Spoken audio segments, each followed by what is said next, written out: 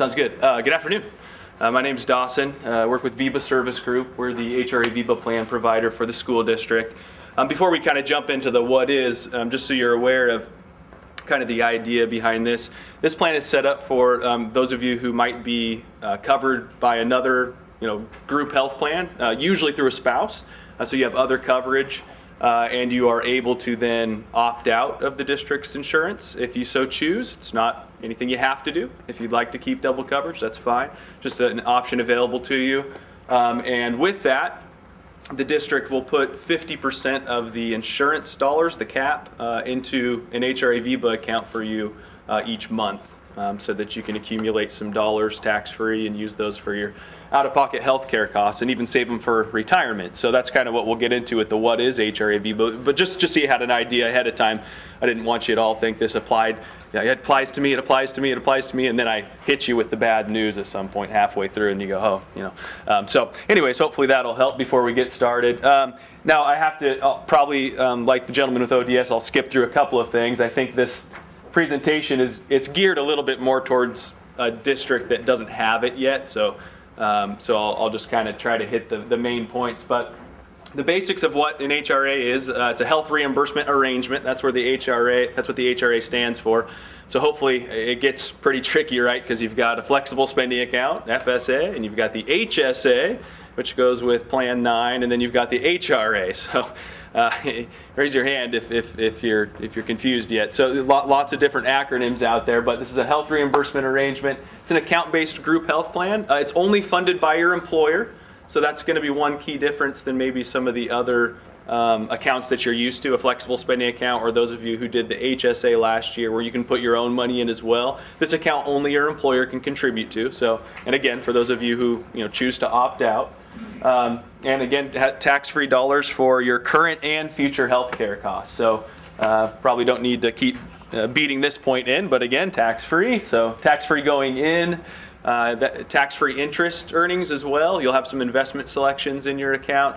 And then tax-free coming out because you can only use it for qualified health care expenses. So again, if we're keying in on a couple of the differences, an HRA is going to be similar to a flexible spending account for those of you who've done an FSA, in that you have to fill out a claim form, send it in to a third-party administrator, and then they process it. So they'll say, yes, this is a qualified expense, here's your money, or no, it's not, and sorry, you'll have to, either change something, maybe you didn't have the right documentation, or they'll just tell you it's not a qualified expense. So just want to make sure you're aware of that. But totally tax-free though, into the account, interest earning and out of the account.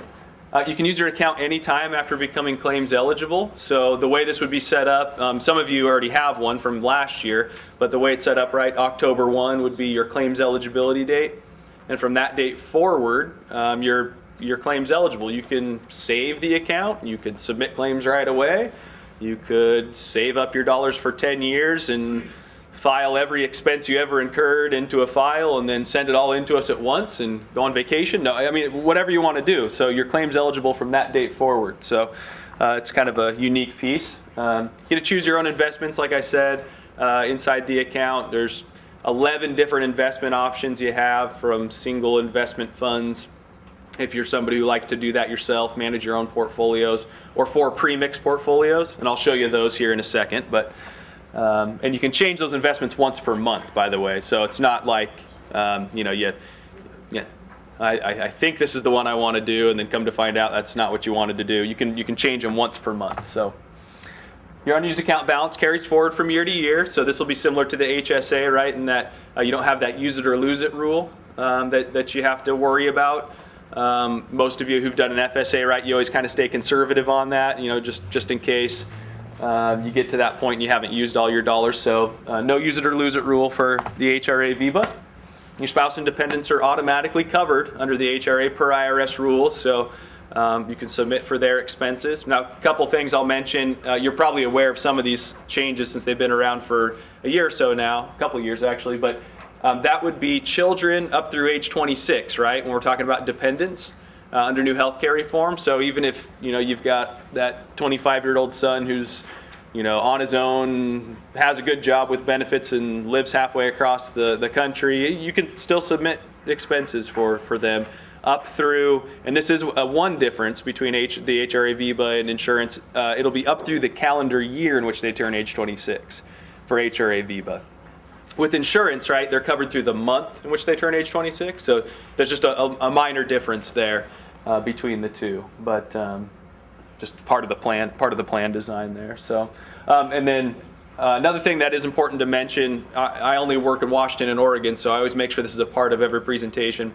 When I say spouse, again, this being a plan authorized by federal tax code, right?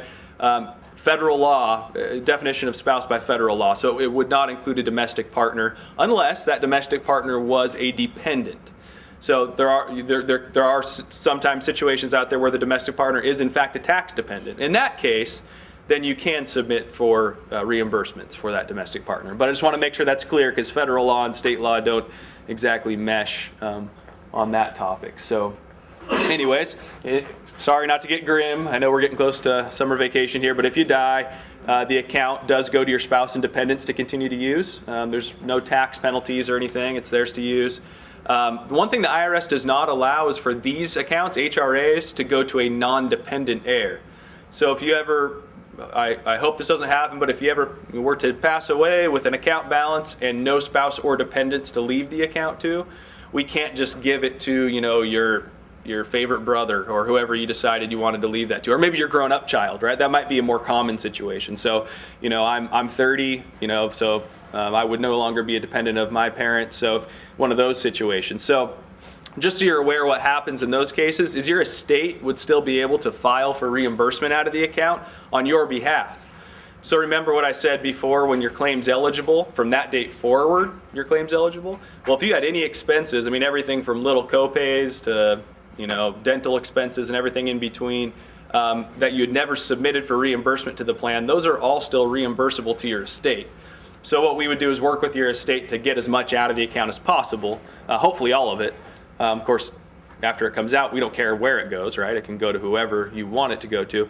But let's just say, for the sake of conversation, so we take this one step further, that happens and there's still money left in the account. At that point, the final treatment, since there's nobody to leave it to, is it's shared amongst the employees at Lincoln County School District who also have an HRA VEBA account.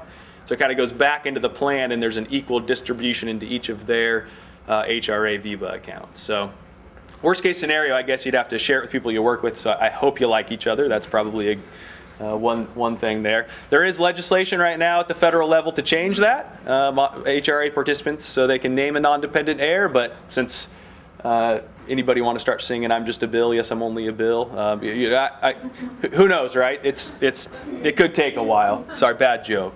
I'm sorry, terrible. As far as getting money in, again, we already talked about that, so probably no need to rehash this. But this would be it's a medical opt-out dollar funding, so it's the only way the money gets in currently.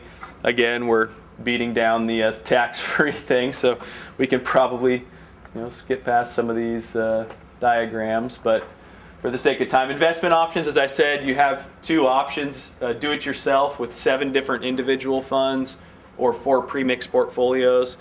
Those all range from extremely conservative, like stable value fund, bond fund, down to international equity. So if anybody listens, to the news and European debt crisis comes to mind, possibly, international equity is definitely going to be the high end of the spectrum when it comes to more aggressive. So you have varying degrees of risk you can choose from, and then the pre-mixed portfolios are just a mixture of those 7 in various shapes and forms, basically with the same idea in mind, really conservative to more aggressive depending on when you plan on using the account. So like I said, you can change those up to once per month, and the earnings are tax-free. So I have more information at my table, by the way, if you want to look at some of that. Who's covered? Again, you, your spouse, and your dependents.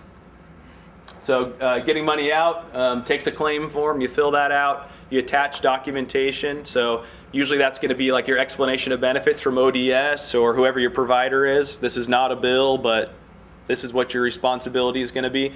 That's perfect documentation. Send that in. Or for other items, it may require like an itemized receipt, especially prescription, something that shows what the prescription is or has the code on it.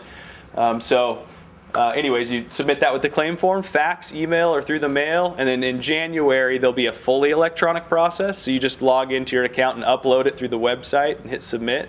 So that's something that's coming down the pike here soon.